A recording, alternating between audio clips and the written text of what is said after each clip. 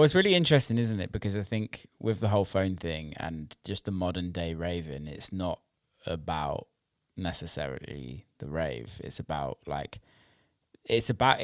rave, but it's also about how can you tell everybody that you're at the rave and having the best time. And I think, don't get me wrong, phones and everything like that really help us as in the industry. Like, if it wasn't for phones, the Creamfield set probably wouldn't have got to where you are now, right? Because There are two sides to it, definitely. yeah, it's fucking great, but there is something about going to a sweaty club, and I think also with the tidy stuff, tell me if I'm wrong, but it's generally a bit of an older crowd now because it's Oh, it was like, I think I was probably the youngest there. and there's something about that when you have a bit of an older crowd, they're trying to relive what they kind of went through, right? Which is there's that like nostalgic feeling, and the leg. I couldn't even imagine the amount of leg warmers that were at that party. Yeah, like bright, glowing dark, glow sticks. Like the outfits were mad. And do you know what? If you wore that to a normal rave, like people would be filming you, or Yeah, if you were dancing like that. But I loved that people just didn't care. They let loose.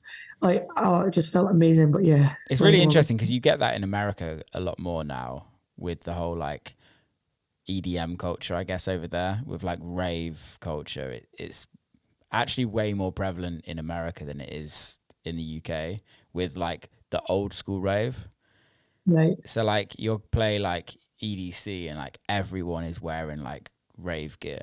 It's really interesting that it's kind of converted over there to where it is not here. I went to Ultra in Miami and I did notice all them wacky outfits. Yeah, it's kind of crazy. It's Yeah. kind of crazy. Um, what's the most recent record you just released? I forgot the name of it. Party all the Part, time. Party all the time. yeah, fitting. Where did this come from? Well, do you know the sample? I Yeah, just I love know the sample. it, obviously. So I've loved the tune for a long time. And then I just thought it was kind of fitting for me because like I do love a wee bit of a party. Um, and then yeah, just got the vocal replayed and I never even expected that to. It was literally just going to be an edit for the sets. Yeah. It wasn't going to be. I just wanted to beef it up, make Mm. it faster, obviously, um, because the original would not have fitted with my sets. And then I just started playing it loads, and um, the reaction was mental. Obviously, it's such a big sample, so people are going to know the words. Yeah. Everybody singing back still feels fucking great. And then somebody filmed me playing it. I think it was Creamfield South in May or something.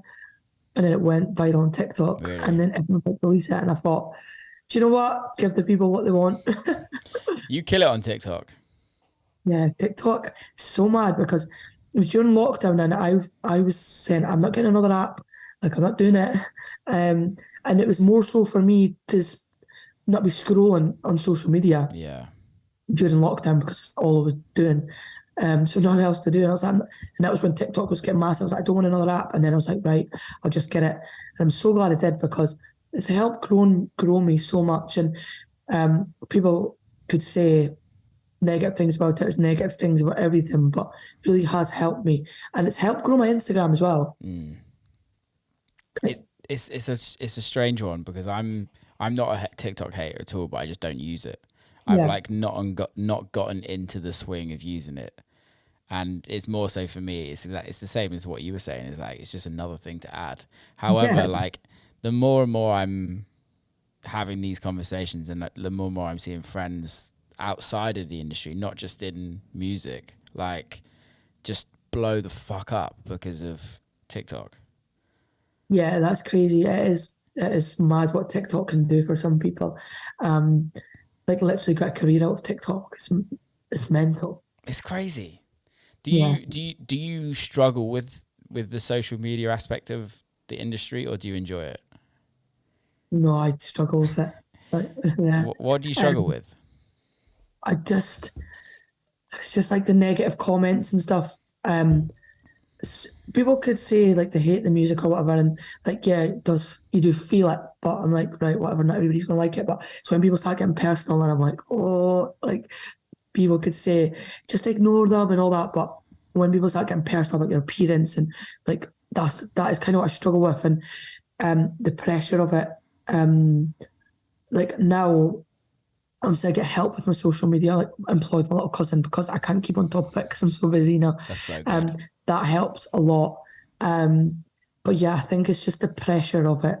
It is kind of hard. Yeah. What pressure do you put on yourself about the social media? What do you mean?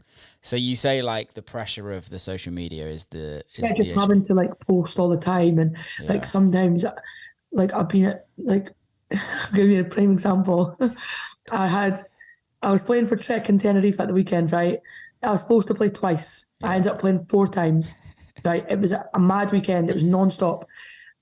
I was supposed to announce my fan parties on Monday via video, and I was traveling home, and I was like, I've been DJing for 4 days in a row. Like, I can't do this. And my management's like, Hannah, that post's supposed to go out. And I'm like, nah, like, I can't be standing filming myself talking at the camera when I'm actually exhausted. Like, this is going to need to wait. So yesterday morning, I had to sleep, woke up in my dressing gown, filming myself on the camera. I was like, I don't even have time to get ready. I'm just going to need to be in my dressing gown, and that's it, and film myself. I say, now I'm like, management, there was nothing to worry about. What 8,000 sign-ups? Yeah, 8,000 sign-ups. But at that time, I'm like, I just can't be bothered talking to the camera, posting, doing all the stuff that I need to do. Because although I've got someone helping post the stuff, I still need to do the content. Yeah. But I guess the question is like, does that stress you out when you know you haven't posted, or is that like just a case of you just don't give a fuck? No, it does stress me out because I know I've got a social media schedule. So now, 2 weeks in advance, I know what I'm posting for the next 2 weeks, unless something else comes up. Yeah. So, because there's always something to speak about. It's just kind of trying to get it in line and what content to use and blah, blah, blah. So if I've not done the content or it's not ready for that day, then I do feel stressed about it. It's crazy. It's such a schedule. Like, it's the same for me. It's like, we generally know like what we're posting most days. Yeah. But it is crazy that social media is like a full-time job now. Yeah, it definitely is. Like, it really is. And it's, if someone else wants you to post something, like say a promoter, and then I've not done the content, or I've been too busy, or maybe I can't be bothered, and then they're emailing my management, and my management's emailing me, and like, it's a pressure. Oh my God. But I know it's essential, so I need to do it.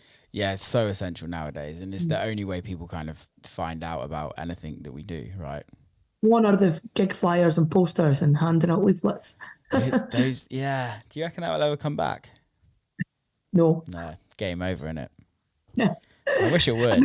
Set in Ibiza, there's posters everywhere. Like, it's mad. But yeah, you still... Do you think the posters help, or do you think your posters is an ego thing for the DJs? I'm not sure. Like, the billboards are definitely an ego thing. Yeah, massive billboards. Yeah, I'm not sure. But I feel like before people go to Ibiza, they know the lineup for that week. Yep. 100%. Yeah, I was in Detroit the other day, and I had friends that were going to Ibiza, and they like literally had their week planned already. Yeah, 100%. That's like the norm. Yeah. People will have like their schedule. How much they stick to that schedule after they get there, I don't know. But yeah, the amazing thing, they'd planned their hotel stays as well. So they were like checking into different hotels, because with certain hotels you get different tickets.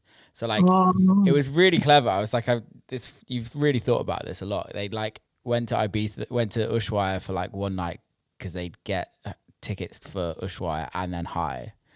And then they stayed at like Destino or something like that. And I was just like, yeah, it's pretty clever.